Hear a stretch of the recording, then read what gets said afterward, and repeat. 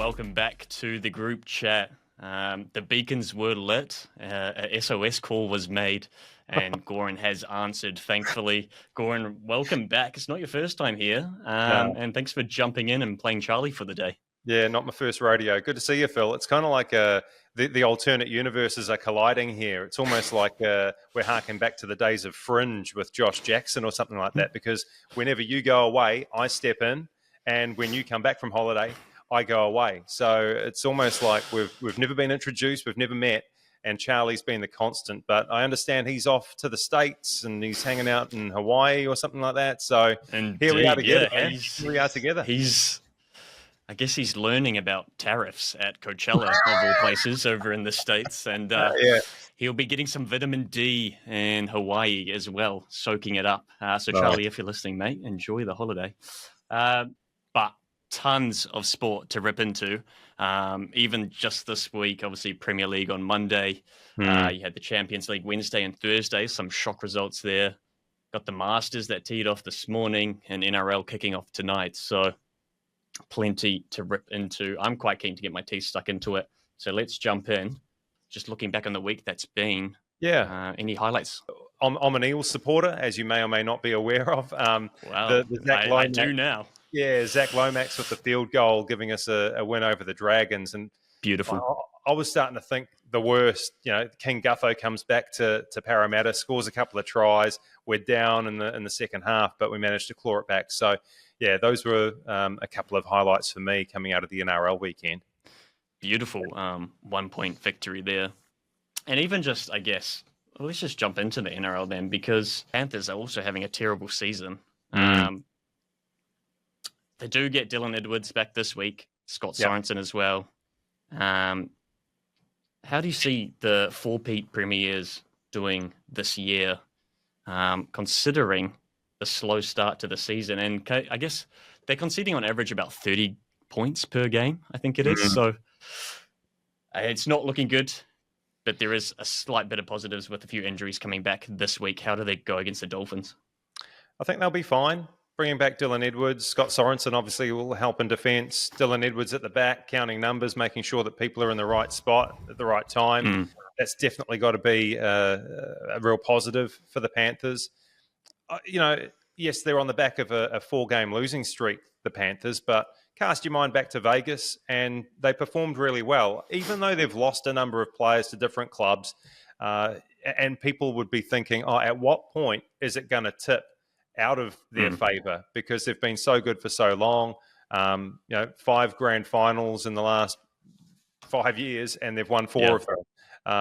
And maybe the balance shifted when Jerome Luai left, because without him alongside Nathan Cleary, maybe it's just a little bit harder there to orchestrate things. But with Cleary back, you've got Isaiah Yeo trying to run the ship. I'm interested to see former Eel Blaze Talangi in the halves alongside Nathan this week as well, to see how he goes, because the opportunities he received when he was in blue and gold, he wasn't very confident under the high ball. They played him at fullback quite a bit, and in the halves, he's just going to be running, and he looks elusive. He looks like he's a big body, got good footwork, and so I'm picking the Panthers to beat the Dolphins. I'm really shocked at how the Dolphins have been performing, but when you think about their forward pack and Jesse Bromwich leaving into retirement, then that's a massive weapon in terms of setting the platform, laying down the groundwork so that those exciting outside backs like the Hammer and Jermaine Asako can do their thing. Bostock on the wing as well. So I think the Panthers have got this one, mate. Panthers probably a little bit unlucky not to win against the Cowboys. I did have Cowboys plus 13.5. which was great, but not only did they cover, they actually won that game. Panthers probably could have scored at the end there, just missing the final touch. Dolphins with finally getting a win over the Titans, 36-10. It's going to be a good game. I'm really liking that plus 7.5 for the Panthers, though. That seems a little bit generous, and I do think this might just be a turning point for them in the season. The other exciting game, I think, is the Warriors are finally back. After their bye week. Unfortunately, they travel to Melbourne and have to weather the storm.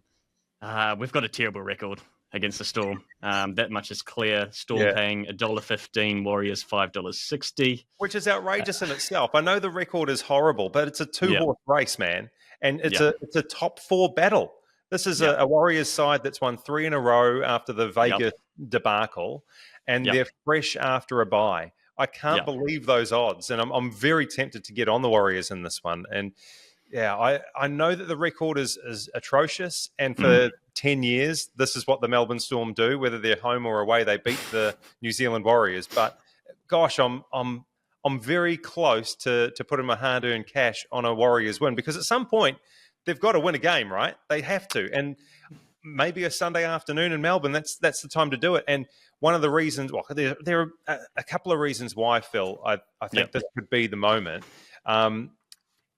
It's not an Anzac night match anymore. Correct. They've removed that from the schedule, so there's not that sort of sense of occasion where it's late at night under the light show before kickoff. It's just another NRL game, and I love the combination, and it's getting better and better every week, of Barney and Fish up front, and they set the scene for Wade Egan, who's starting to put up like career best numbers when it comes to his running. So look, I'm not scared of the Melbourne forward pack, really, outside of Eliasa Katoa. So this could be an option, mate. Get him behind the Warriors. Could be a real opportunity.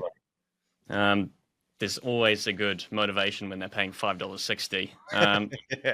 At the same time, I think that 16.5 is a little bit disrespectful. You talked about the positives. Both teams are 3 from 4 this season. Melbourne's at 3rd, Warriors at 4th. Both teams sitting on 8 points. Warriors have not lost in the Southern Hemisphere this season. I love that stat. So the only, I think the last time we beat them was in 2015, outside of the preseason games. So if we can do it every 10 years, then this year is the year. But as I say, that 16.5 is very, very disrespectful, and I'm inclined to angle at that point start for me. Yeah, I mean, look back at last week, though. The Storm were frightening and bouncing back from that loss to the Dragons. And all they need is a sniff. Manly made an error, and then bang, bang, bang, not once but twice, either side of half-time, they scored 3 tries in the space of 5 minutes. And so, focus is obviously key. It's key in every NRL game, but against the Melbourne Storm, who most are tipping to make a grand final this year and probably go one better than last year, you really need to be switched on. But in Fish we trust.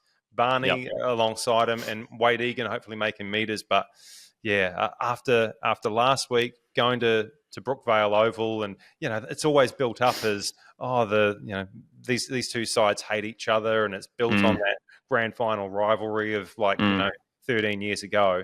And obviously my mate Blairy getting involved in a scuffle with Glenn Stewart. But they blew them away, man. They blew them away. So it's going to be a really awesome game. They don't need much to punish you, so we've got to be tight on those errors this Sunday.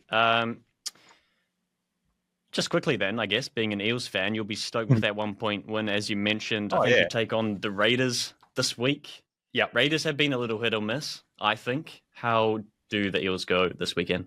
Raiders have been better than what many predicted at the start of the season, though. They were going to be picking up a wooden spoon. A lot of pundits were saying that.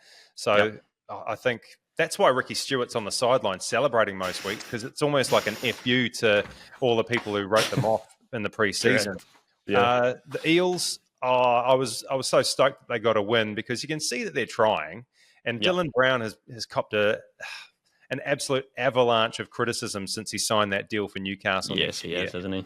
But the departure from the Warriors of Dylan Walker really straightened up their attack against the Dragons and shifted Dylan Brown out a little bit wider.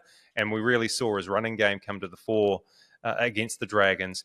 The massive out this week is Zach Lomax, and it impacts Origin as well next month, because he's got a stress fracture in his foot. It's going to keep him on the sidelines for about 6 weeks. So Origin 1, I think, is like May 28. Will he be back in time for that? Probably not. So Zach Lomax being out, and their recent record, they're playing up in Darwin. The Darwin record in the last 3 years has been shocking. They've lost the last 3, and 2 of them have been landslides against them. So Raiders running relatively hot. Eels, a lucky-ish golden point win. I think the Raiders are going to do them. Yeah. That Zach Lomax is a key miss, isn't it? And just when he was starting to get a bit of form, they've had a tough start. I think, was he playing back on the wing as well? I feel like that's where he kind of belongs, isn't it? 100%. It's a big shame. It's a big 100%. shame. He is a winger. That's how he made Origin. That's why he was so good last year.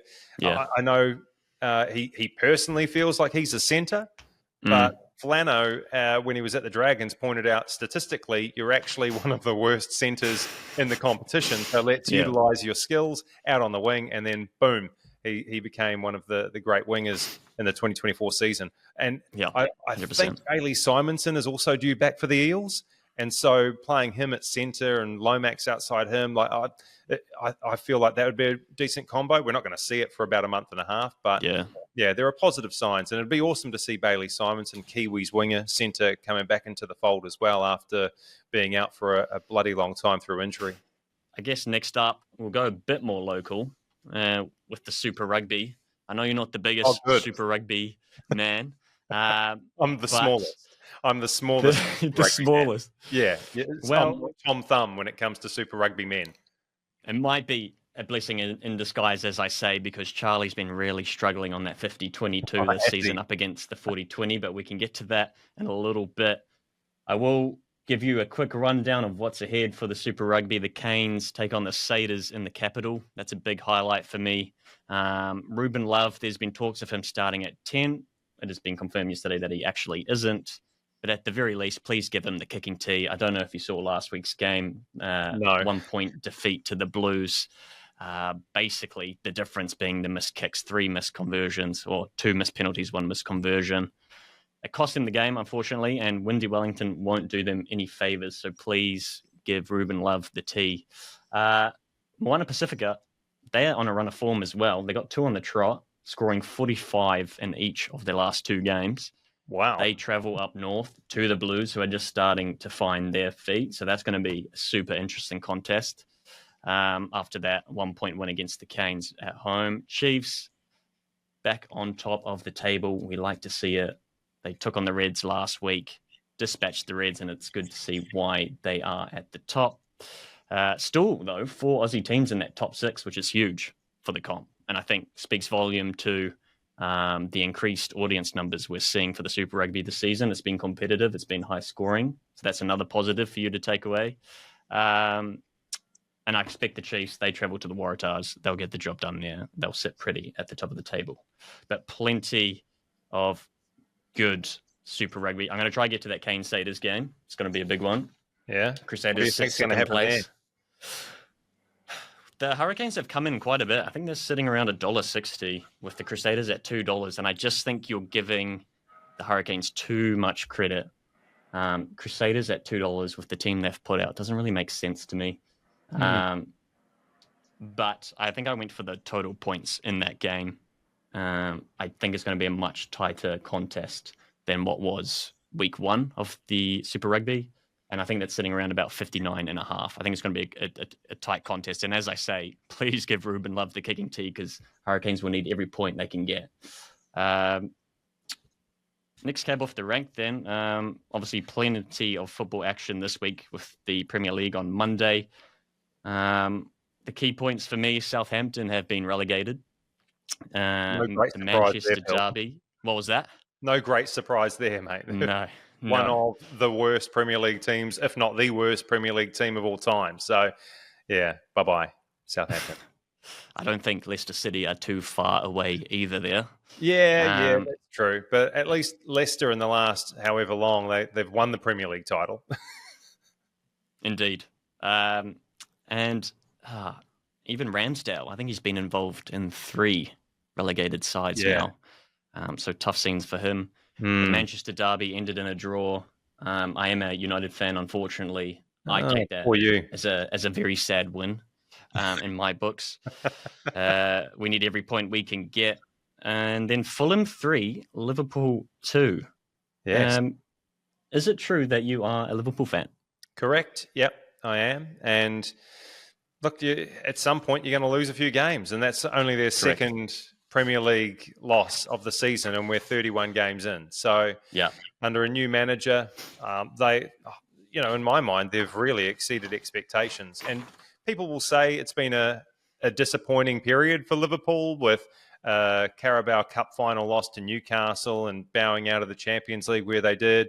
But to win the Premier League is still the massive one for me, and we haven't done it often in the last wee while. So to be, what is it now, 11 points clear and only 7 games remaining, look, I'll take a loss to Fulham. That's fine. But by the time Liverpool plays Arsenal on, May 12, New Zealand time, they'll probably have wrapped up the Premier League title by that stage. So, I can wear a loss to Fulham because I know that the Premier League trophy is incoming.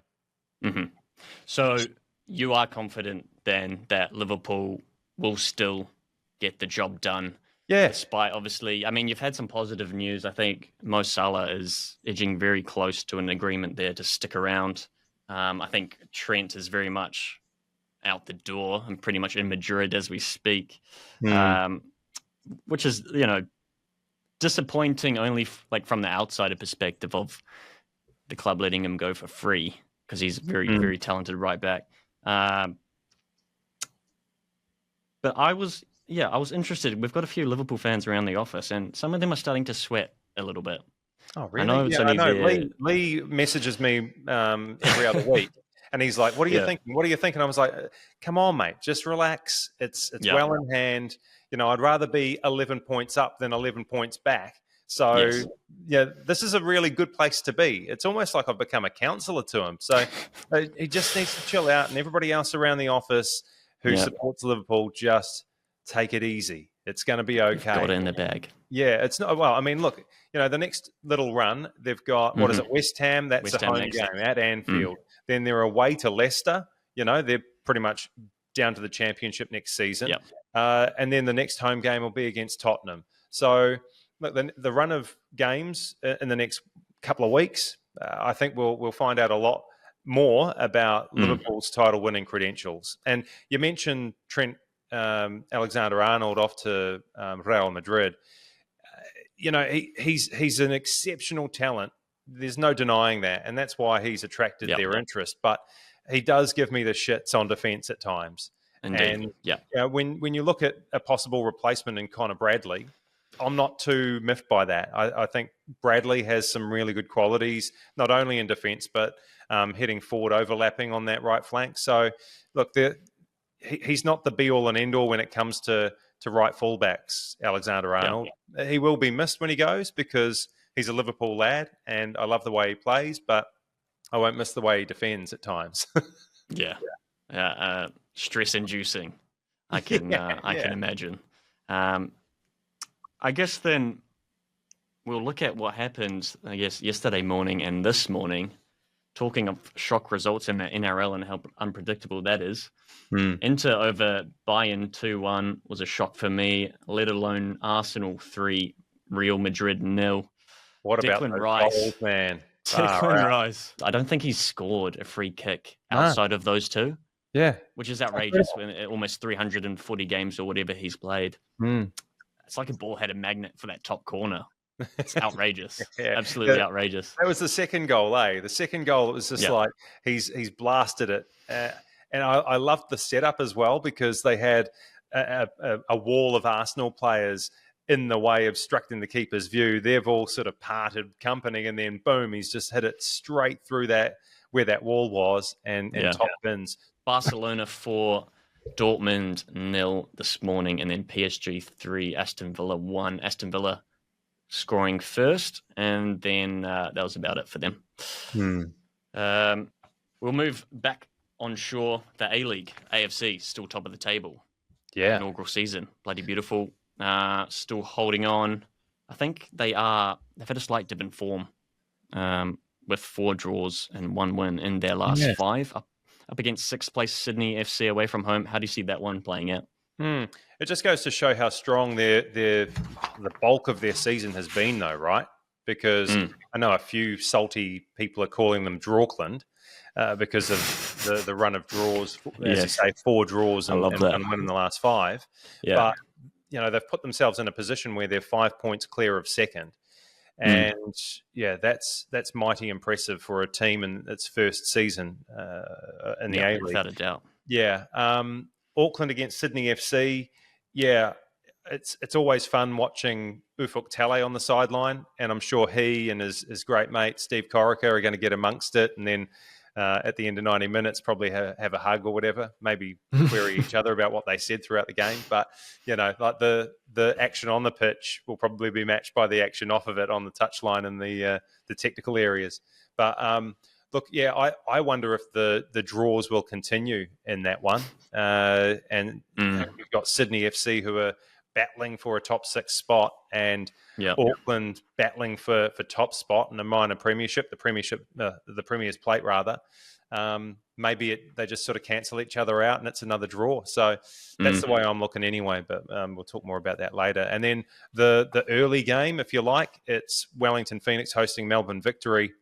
And I've been a Phoenix fan since their inception in the competition. So even though they've had a really underwhelming season, let's call it, I still want them to do well in these last few games. And they've got the Melbourne Victory coming to town, and it's the first time they'll visit Wellington since that semi-final last A-League. Really? Season. Yeah. And it was a semi-final. My goodness, iconic. No. Yeah, I mean, I was really fortunate to be covering the game for Sky at the time, and I remember being on the sideline and wondering, oh, shit, what am I going to ask Alex Rufer? The season's over. And then Oscar Zavada scores that goal and sends it into extra time, and the whole stadium just went apeshit.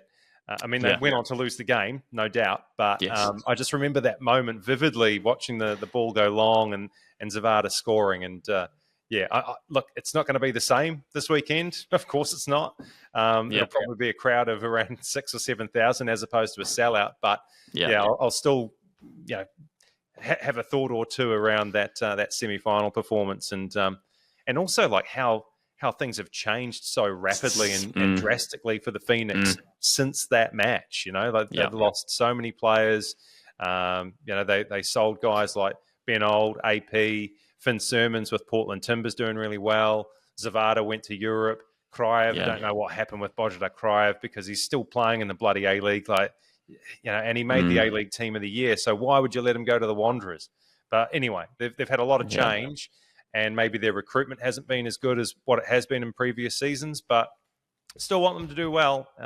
And so it would be really nice to see a Kiwi double header, bang, bang, couple of wins on your Saturday, eh?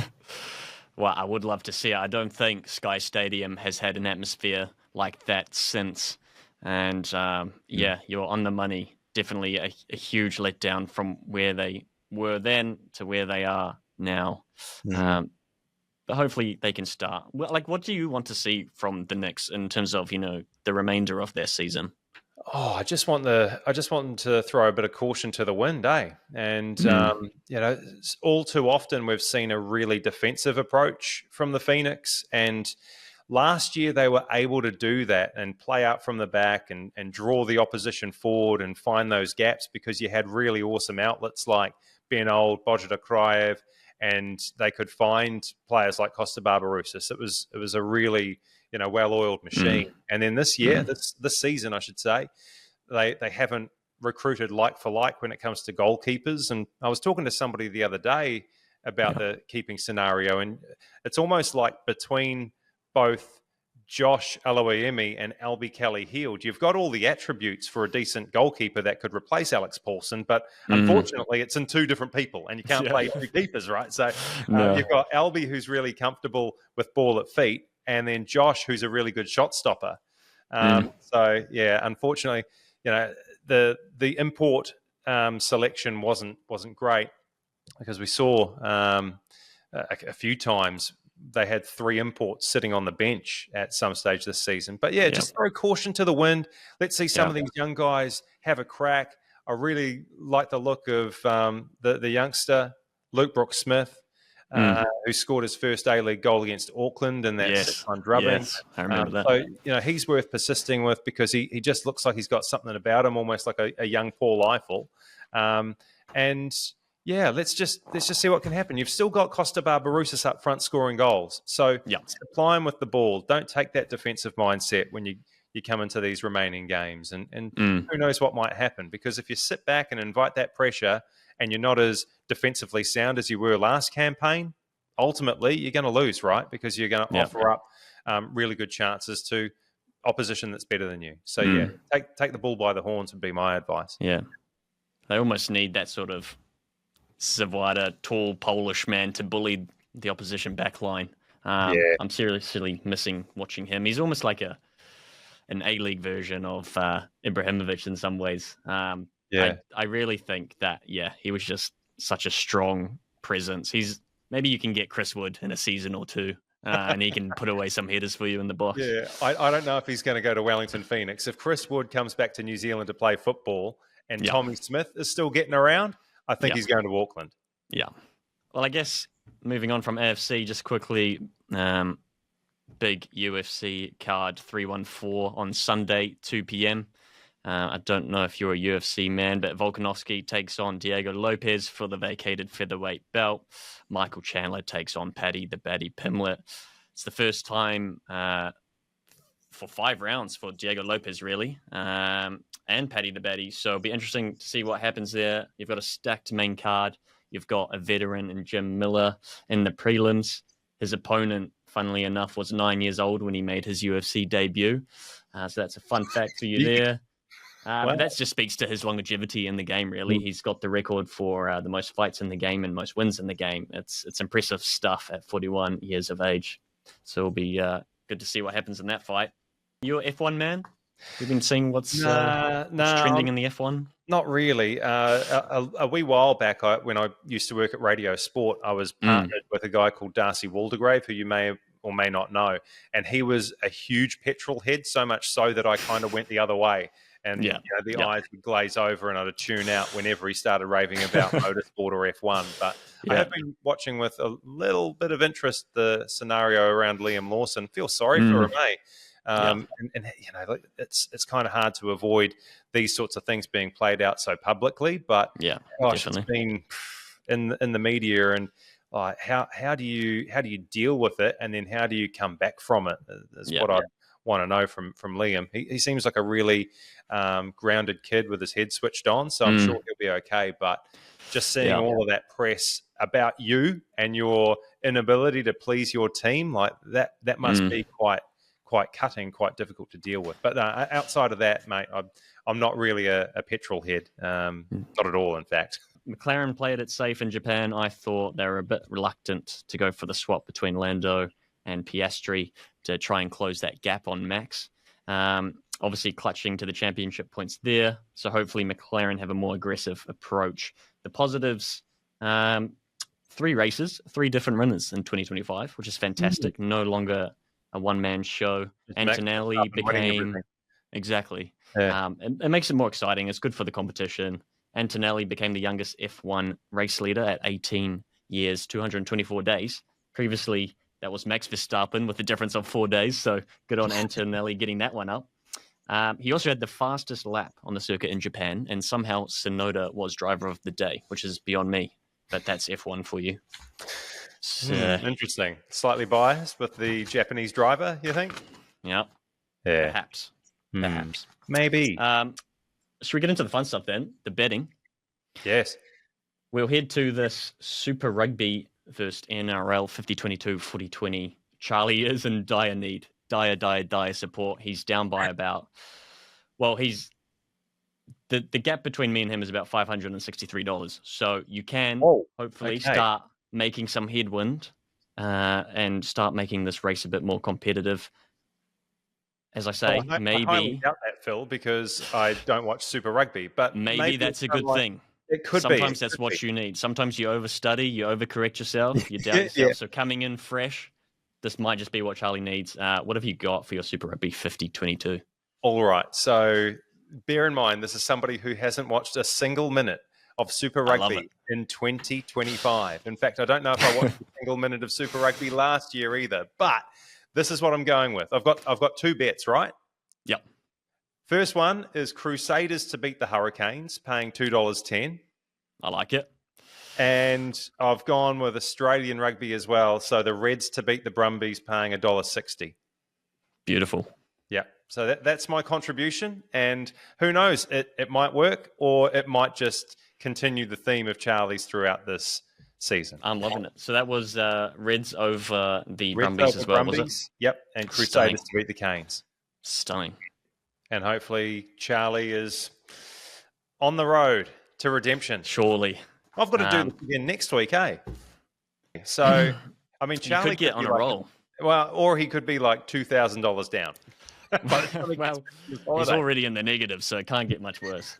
Well, that's good from you. Thank you very much. I'm heading to the Cronulla Sharks.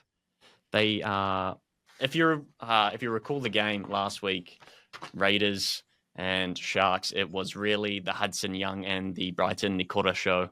So I'm backing Nikora to get over the line again at $2.40, which I think is tasty treats. And that's leaning into the Rabbits, paying $2.10, which I think is very, very generous. That's coming out at $5.04. So you're backing the Bunnies? I am backing the Bunnies over the Cowboys. I thought they played well against the Panthers, but it's a fractured Panthers, and the Panthers really should have won that game. So I just think there might be a bit of overcorrection there. And the Bunnies, I thought, played very well last week. They've got Latrell playing in at halves, which is interesting. But I just think, as well with Wayne Bennett as their coach, I think they get one up over here at home. And it's, at $2.10, it's hard to look past for me, I must be honest. So let's just see if we can get some value there. Yeah, see, I was wondering whether they'd go Jack Whiten in the halves and leave Latrell in the centres. But and at centres, yeah. It could be one of those things where maybe they do a bit of interchanging throughout the course of the game. Because, Whiten's got a pretty good kicking game that doesn't really get utilised these days. So, anyway. Well, how about Latrell's kicks from the goal line? Oh, did you see those? Yeah. The little backspin bouncing over. Oh, it's landed ridiculous. 1 metre out and then rolled over the 10. It's ridiculous. We also do a little lock versus laugh. Do you have anything in the chest, the war cabinet for that? Yeah. So my lock, as I said previously, with Sydney FC gunning for a spot and Auckland or Drawkland, coming up with tie after tie after tie. I reckon it's a draw, Sydney FC versus Auckland. So that's paying $3.70. That's my lock for this weekend. Stunning. I'm heading. Well, I guess I'm sticking with the NRL here. The Panthers. I do think this is where they turn their season around. They've got some reinforcements. -7.5 really does just feel too generous at $1.90 versus the Dolphins. Dylan Edwards back. Surely their defensive errors gets a bit of help, a bit of cushioning from Dylan Edwards' directive at the back there. Yeah. So $1.90 -7.5. Heading to your laugh. Yeah, my laugh. I'm backing my Eels. I said earlier that their record recently in Darwin is pretty ordinary, and it is. But I'll back them to beat the Raiders at $2.80, even though that record is poor, and even though Zach Lomax, who's been really impressive for them in the last few weeks, he's out with that foot fracture. So a bit of a laugh, backing my team regardless. Yeah, I love that. I love that commitment, backing your boys. You got it. I'm doing something similar, So, Man United in the Europa League. I'm hoping, if nothing else, a stalemate, please. Let's just go 2-2. Let's get some goals on the board. We're lacking a bit of clinicalness in front of goal. I'm hoping we can turn something around here. 2-2, correct score, paying $11. So I want a bit of action on Friday morning, and hopefully we can go back home with a stalemate and get the victory in the second leg. So we'll see what happens there. Nice one, mate. Sounds good. Beautiful. Well, thanks very much for joining me this week. And we will be back on the group chat next week for some more bets, and we'll see how we do and see how the rugby league table goes this week as well. Yeah, it'll be all over the place. I'm sure more unpredictability from the NRL this weekend, Phil. No doubt about it. Without a doubt.